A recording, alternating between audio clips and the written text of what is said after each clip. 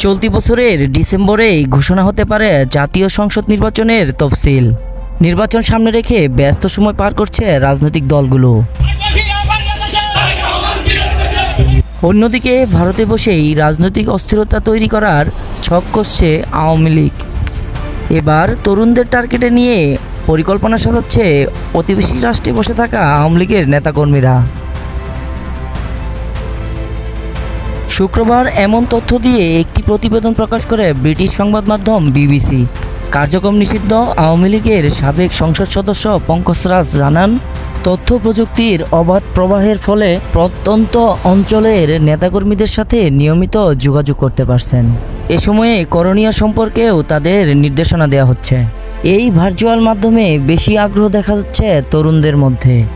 এছাড়া কোনো একটা ব্যবস্থা পরিবর্তনে এই তরুণ প্রজন্মের ভূমিকা থাকে, তাই তরুণদের কাছে পৌঁছানোর চেষ্টা করা হচ্ছে দলের পক্ষ থেকে। প্রতিবেদনে আরও বলা হয়, ভারতের কলকাতায় একটি কমপ্লেক্স ভবনে বানানো হয়েছে আওয়ামী লীগের পার্টি অফিস। তবে 500 স্কোয়ার ফুটের রুমের ভিতরে কোথাও নেই সাইনবোর্ড।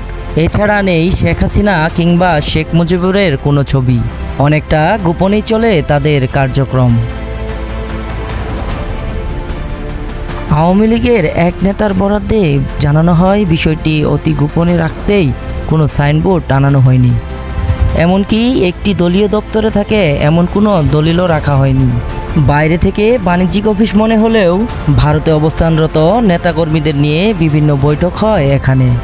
তবে কোনো বৈঠকে শতাধিক নেতা হাজির হওয়ার কথা থাকলে কোনো রেস্তোরাঁ কিংবা হলরুম ভাড়া নেওয়া হয়। নাম প্রকাশে অনিচ্ছুক ওই নেতা জানান, গত বছরের 5 আগস্টের পর বাংলাদেশ ছেড়ে ভারতে অবস্থান নেয়া আওয়ামী লীগ ও সহযোগী সংগঠনের অনেক শীর্ষ নেতা, সাবেক মন্ত্রী, সরকারি কর্মচারী, পুলিশ কর্মকর্তা, অবসরপ্রাপ্ত সেনা কর্মকর্তারা যাতায়াত করছেন এই পার্টি অফিসে।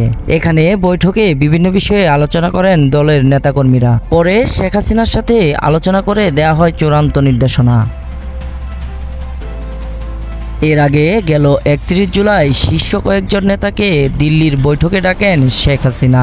সেখানে কি বিষয়ে আলোচনা হয় কিংবা কোথায় বৈঠক হয় সেসব বিষয়ে মুখ খোলেননি কার্যক্রম নিষিদ্ধ হওয়া আওয়ামী লীগের কোনো নেতা।